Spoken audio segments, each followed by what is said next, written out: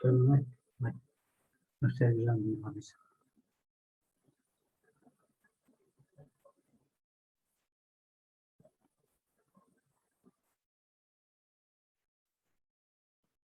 ¿Nos ayuda?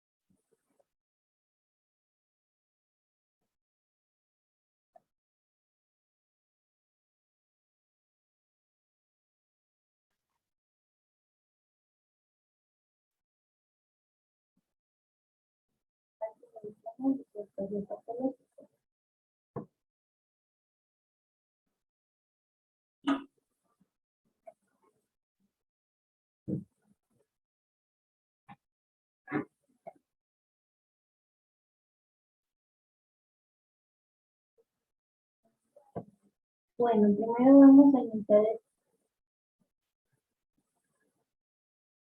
el puerperio. Este va a ser el periodo que comprende las 6 semanas o 42 días posteriores.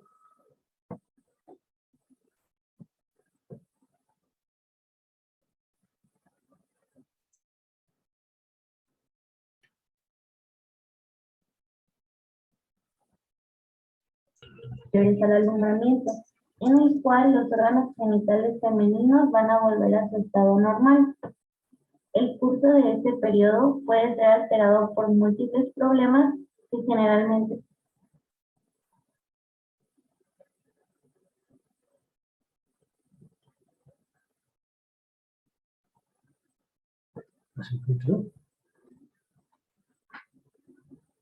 van a representar una urgencia.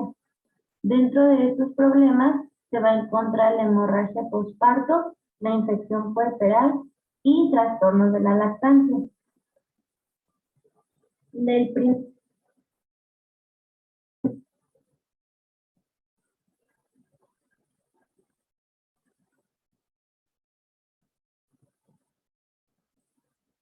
del que les voy a hablar va a ser la hemorragia posparto. Esta va a ser la pérdida sanguínea mayor de 500 mililitros posterior a un parto vaginal o la pérdida mayor a 1000 mililitros posterior a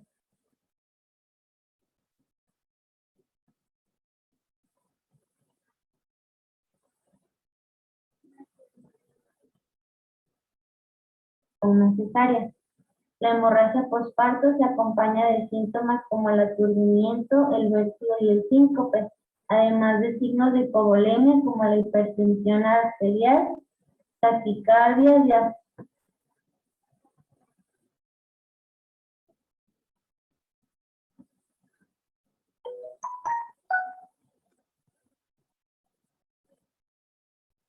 aporesis, oliguria y palidez de tegumentos. Además, puede presentar alguno o todos de los siguientes puntos, que es la disminución del hematocrito de 10 o más puntos porcentuales.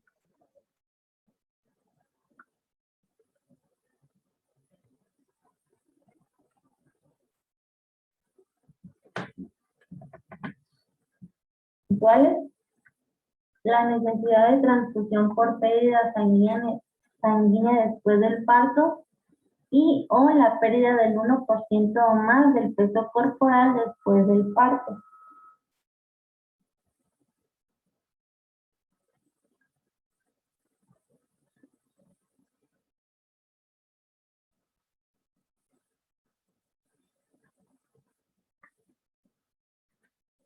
La hemorragia postparto se encuentra dentro de las principales 5 causas de muerte materna y se clasifica en 2 tipos según el tipo de presentación.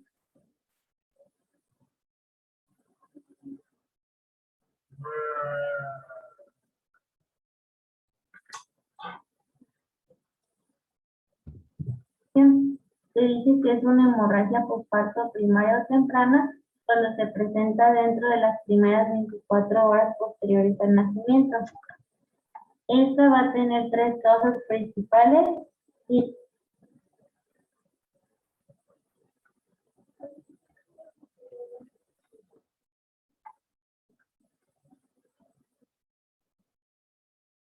siendo la atonía uterina en un 50-80%, en un 20% se van a tener las laceraciones del conducto del parto y en un 5 al 10% la retención de productos placentarios.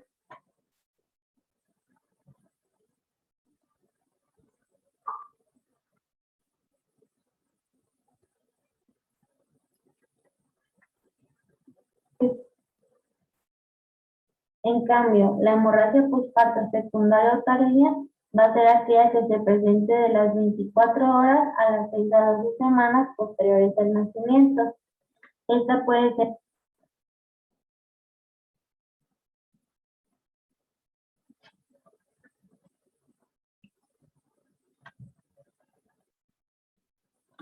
a causa de alguna infección, de la subinvolución del lecho placentario o de la retención de productos placentarios. Y bueno, como factores predisponentes de la hemorragia.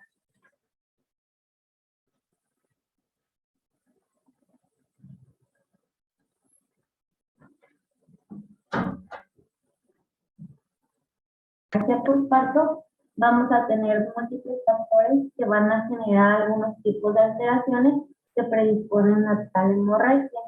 Dentro de algunos factores se van a encontrar aquellos relacionados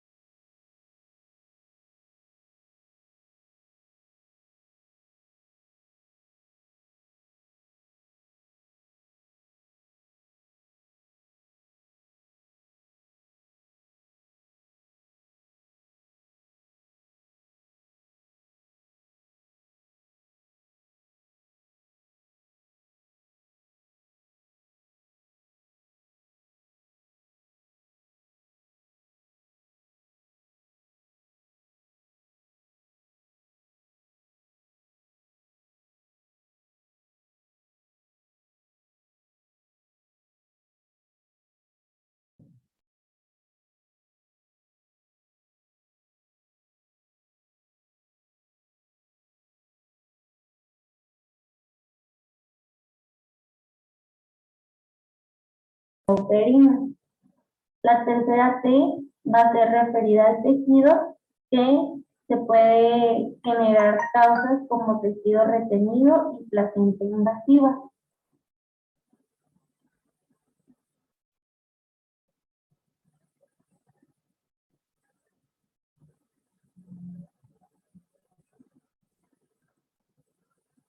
la última T va a ser en cuanto a la trombina, que generalmente va a presentar causas de coagulopatía.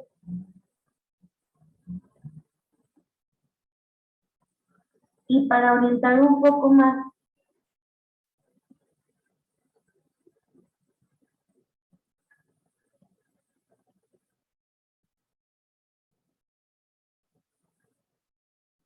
el diagnóstico, si se tiene o se sugiere que la causa es una atonía uterina, las características del sangrado van a ser imprescindibles en esta parte, ya que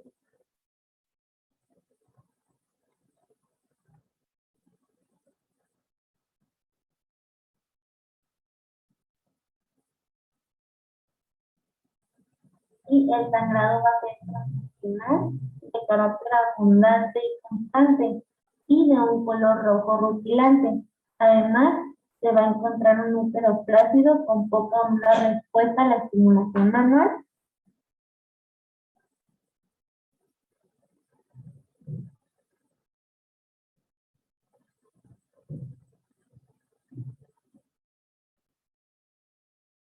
En el posparto inmediato. Si se sugiere placenta previa, el sangrado transvaginal va a ser activo e indoloro de una cantidad variable, que normalmente va a ser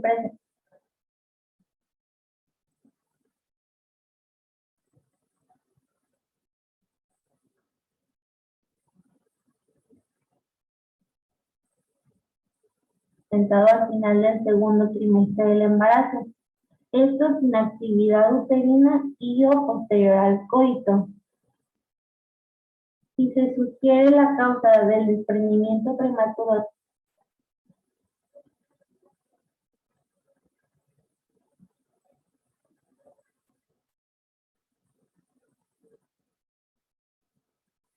de placenta no inserta, se va a tener hipertonía uterina o policistoria y sangrado transvaginal.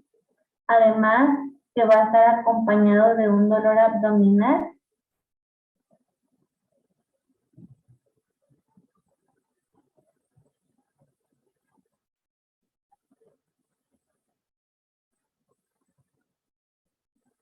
y va a tener repercusión fetal en grado variable, ya sea con o sin trabajo de parto, así como la presencia de factores de riesgo. Si el diagnóstico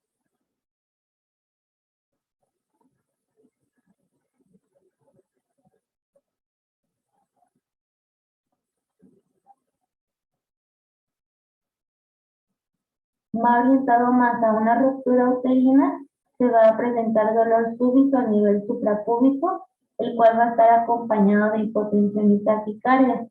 Además, se va a tener pérdida de la presentación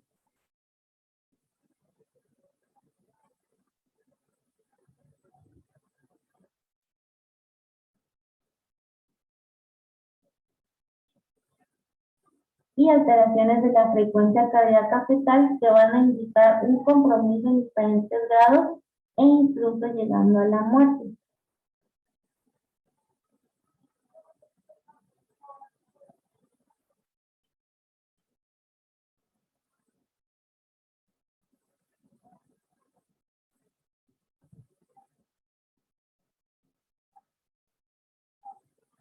En mujeres que tengan antecedentes de riesgo, es recomendable realizar previo al parto pruebas diagnósticas tales como el ultrasonido transvaginal o abdominal o el Doppler.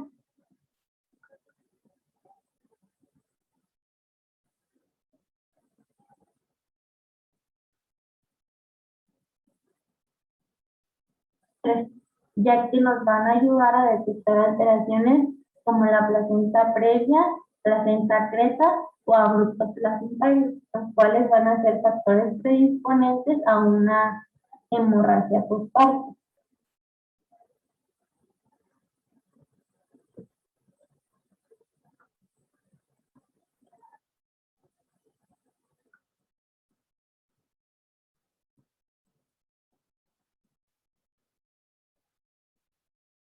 El tratamiento va a ser enfocado a tres principios básicamente. El primero va a ser el que se diagnostique lo más rápido posible la causa.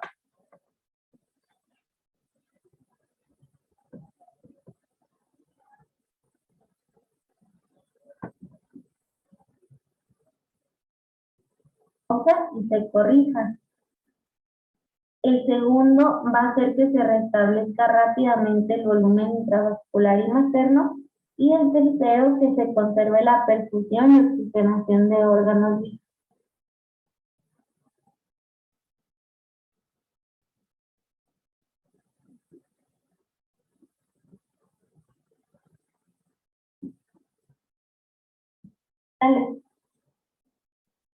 Si el diagnóstico sugiere que la causa es un útero atónico, el tratamiento va a basarse en un masaje uterino de aproximadamente 30 a 45 minutos.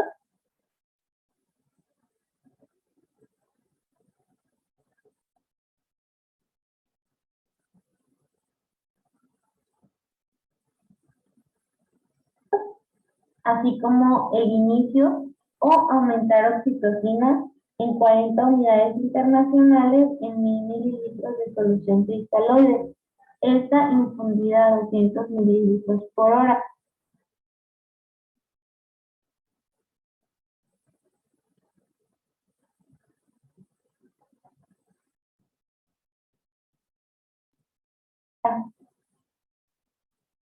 Si la paciente no responde rápidamente a este tratamiento, se sugiere la administración de metilergonobina, la cual es un estimulante uterino y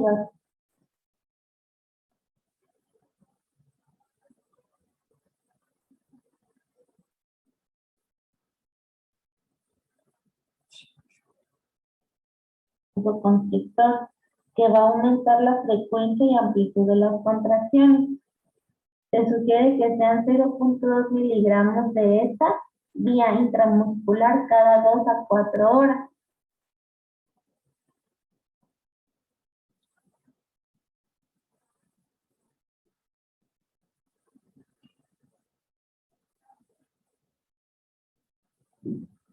O también se puede hacer uso de la prostaglandina F2 alfa, la cual es administrada mediante sonda de Foley y se administra en 500 mililitros de solución salina.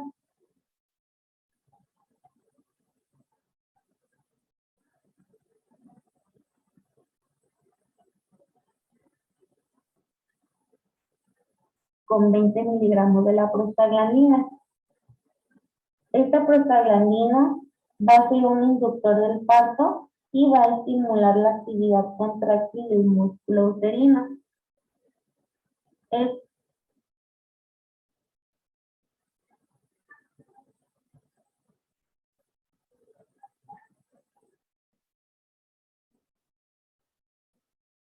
se va a aplicar a una velocidad de 3 a 4 mililitros por minuto durante los primeros 10 minutos para que posteriormente se reduzca a 1 mililitro por minuto durante las siguientes 12 a 24 horas.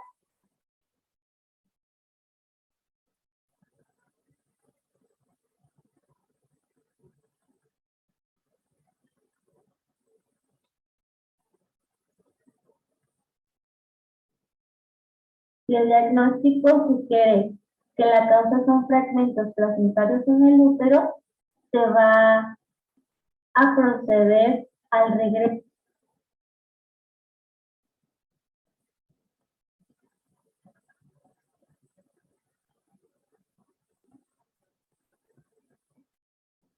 A la sala de parto para la realización de un legrado, ya sea digital o instrumental, para retirar esos fragmentos.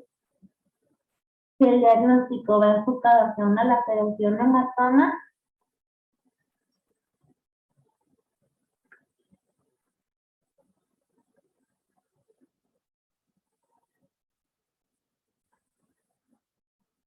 se va a reparar o evacuar los vasos lesionados, así como realizar la importante hemostasia.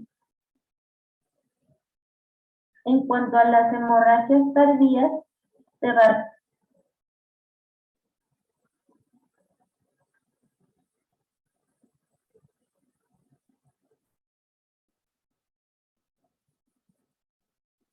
Recomendar también el masaje y la compresión bimanual uterina de 30 a 45 minutos, así como el uso de oxitocina intravenosa en infusión, metilergonomina o prostaglandinas.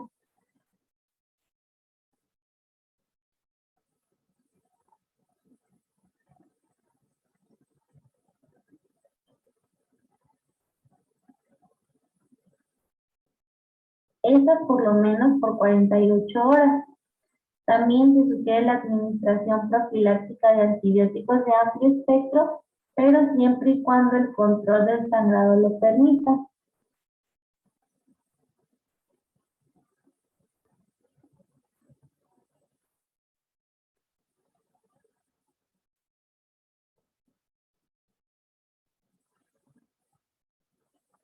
Aquí se presenta una imagen de un algoritmo en el cual va enfocado a la mnemotécnica de las 4T.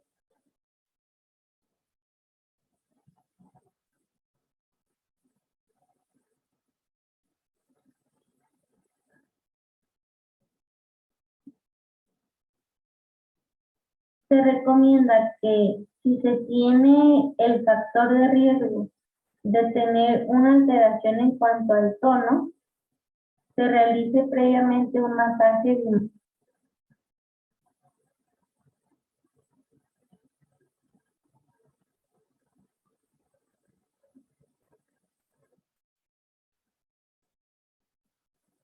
manual uterino, así como el uso de la oxitocina.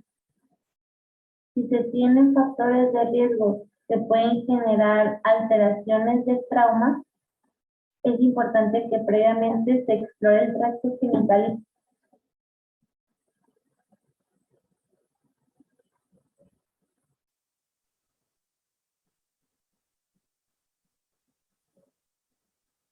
inferior y se considere la exploración uterina. Si se tienen factores de riesgo, alteraciones del tejido, es importante que previamente se inspeccione la placenta y finalmente,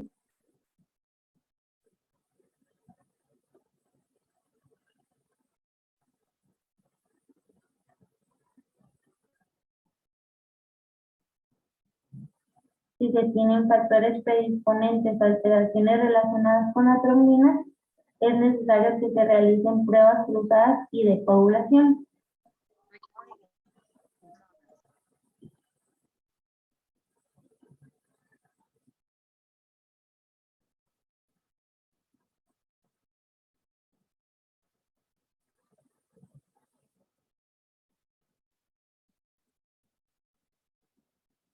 Si el tratamiento previo no fue el adecuado o no funcionó, si ya se tuvo la alteración por el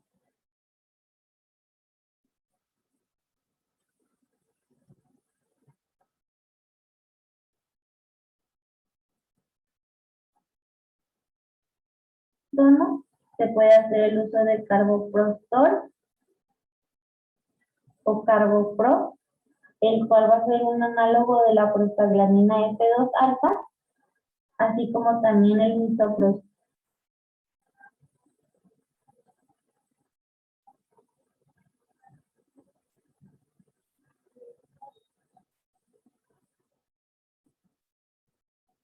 o la metilergonomina. Si ya se tuvo una alteración relacionada al trauma, es importante que se suture la laceración, se drenen los hematomas mayores a 3 centímetros y en casos de útero invertido,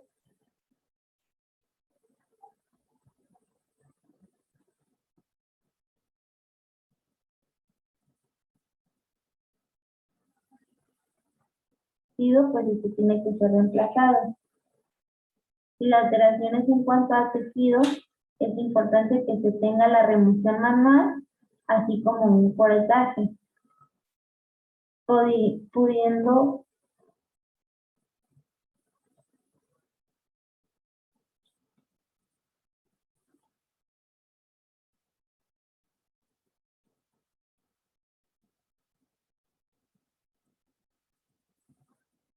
hacer uso del metotrexate. Si se tiene alteración en cuanto a la trombina, es importante que se reemplace.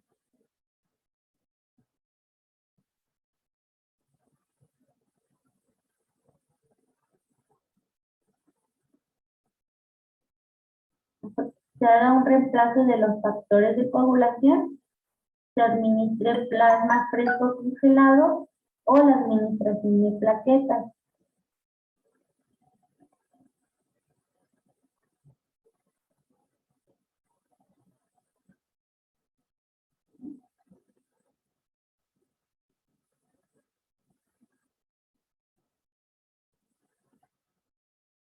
En cuanto a las complicaciones de la hemorragia postparto, generalmente van a estar asociadas con la transfusión sanguínea. Pueden presentarse coagulopatías por consumo o coagulación intravascular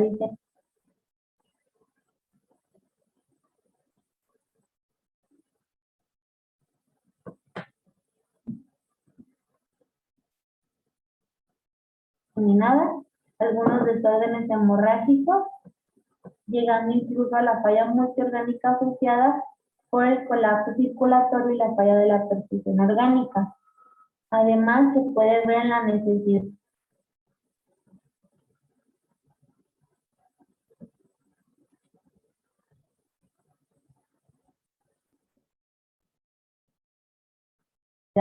de realizar alguna histerectomía y una pérdida, por lo tanto, del potencial reproductivo, así como la necesidad general de una intervención quirúrgica urgente, la cual pues va a traer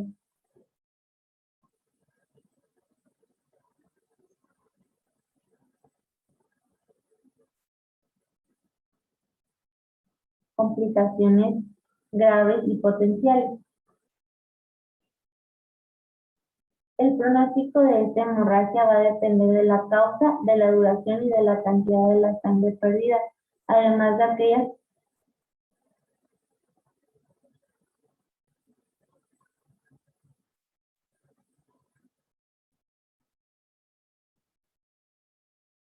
patologías concomitantes y de la efectividad del tratamiento. La hemorragia postparto va a tener una mortalidad materna de 4.3%. La siguiente alteración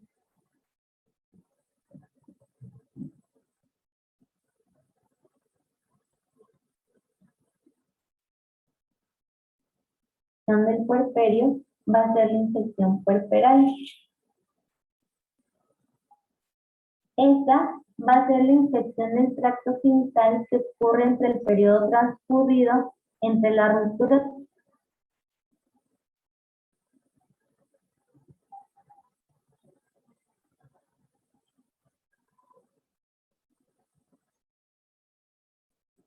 de membranas o el nacimiento y los 42 días postparto, con la presencia de uno o más de los siguientes datos clínicos, que es el dolor pélvico, el flujo vaginal anormal, un flujo fétido transvaginal,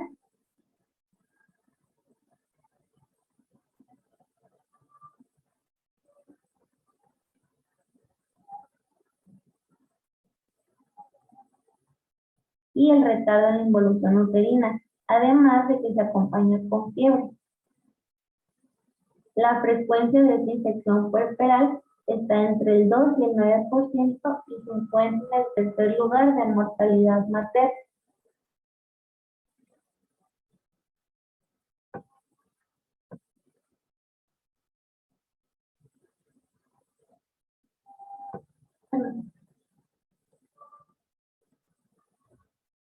Dentro de los factores de riesgo, vamos a encontrar que los más frecuentes van a nacer en el endometrio y puede incluir algunas estructuras vecinas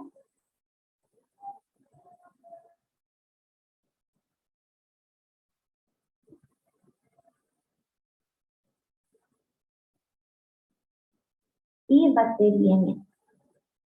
Vamos a encontrar tres clasificaciones de factores de riesgo. Los primeros van a estar relacionados con el peligro general de infección, tales como la anemia o la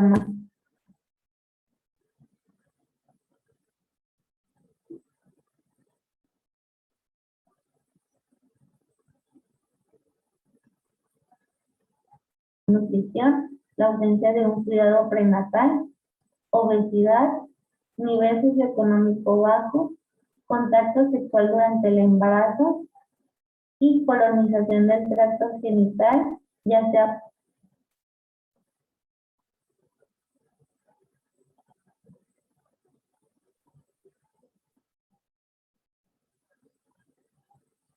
por estreptococos, clamidia trachomatis, Mycoplasma hominis o Gardnerella vacinalis. Los siguientes factores van a ser relacionados con acontecimientos de parto, como la ruptura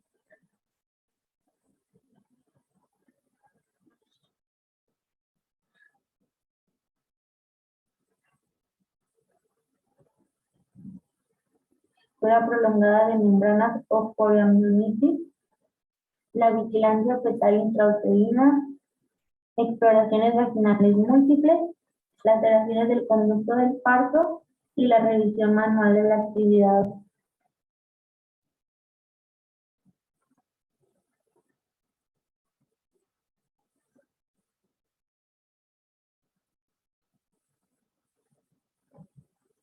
Uterina.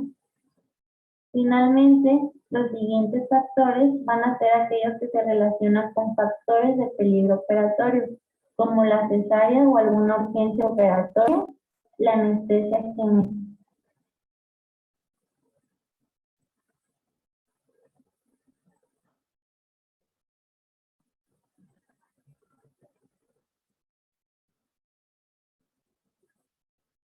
general.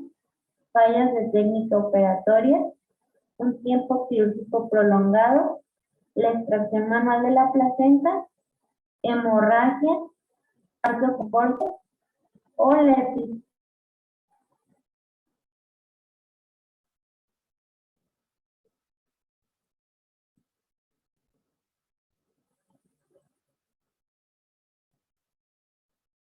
episiotomía o desgarro.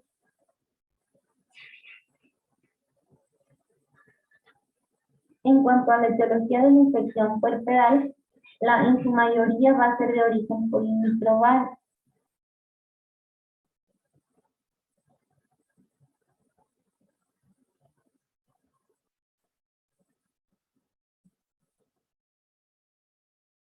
Polimicrobiano, ya sea de tanto microorganismos aerobios como anaerobios, ya que van a ser causadas por bacterias presentes normalmente en los genitales femeninos. En cuanto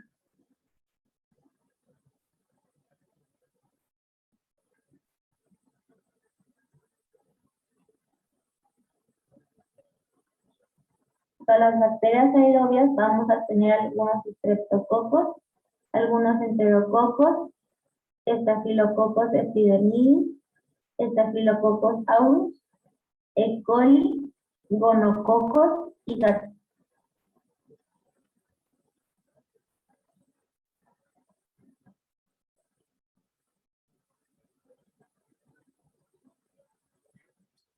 Gardnerella vaginalis. En cuanto a las bacterias anaerobias, vamos a tener algunos bacteroides, especies de streptococos y algunas especies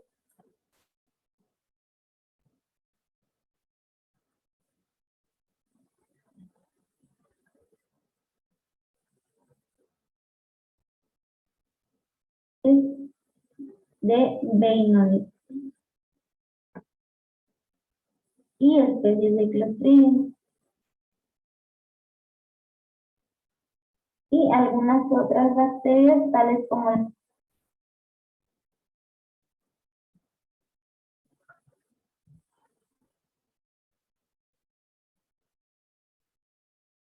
la Mycoplasma hominis y la clamidia trachomatis. El diagnóstico de la infección puerperal va a basarse en la historia clínica obstétrica completa, teniendo en cuenta que se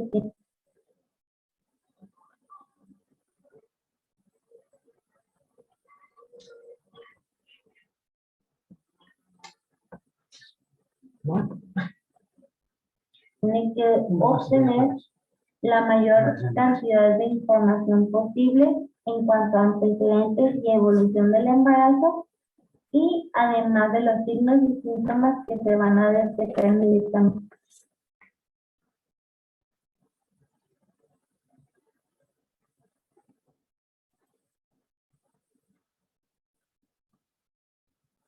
Físico de la paciente, los cuales van a depender del sitio del foco infeccioso. Además, se pueden hacer uso de laboratorios, de estudios de laboratorio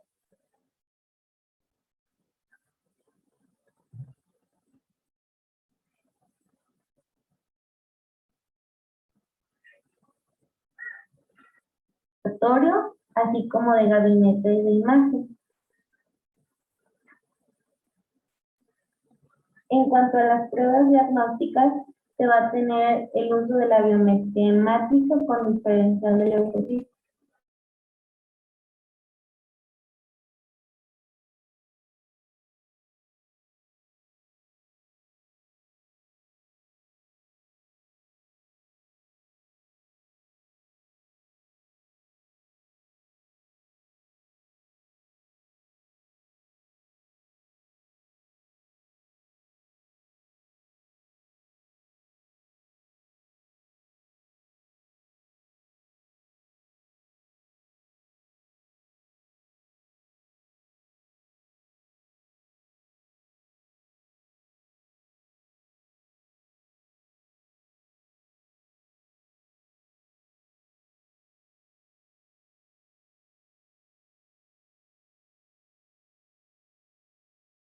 Abdomen, la ecografía pélvica y abdominal y la tomografía.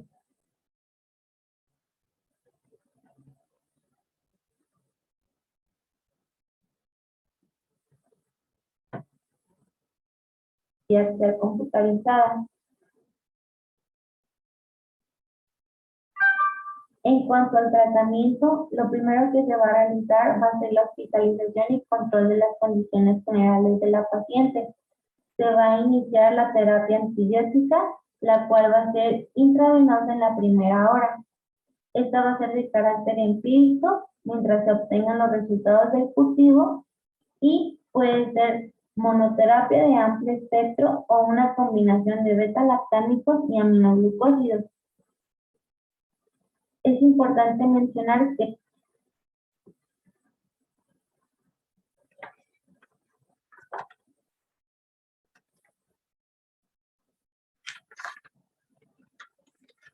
este régimen antimicrobiano debe ser reevaluado después de las 48 y 72 horas. Y la duración de la terapia antibiótica debe ser de 7 a 10 días, la cual pues va a ser guiada por la respuesta clínica de la paciente. Bien.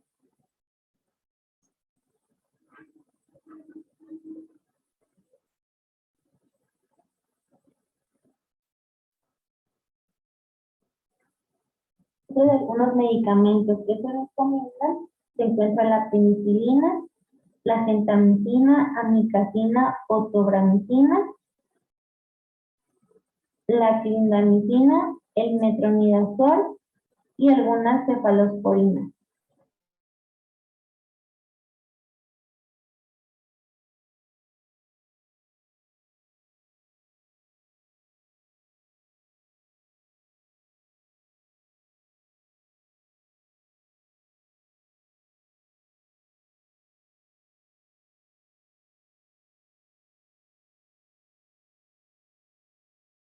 Para corregir casos de hipotensión. Bien, jóvenes, ya va a terminar. Hasta la próxima clase. También se puede realizar terapia con esteroides, los cuales van a ser bien intravenosos.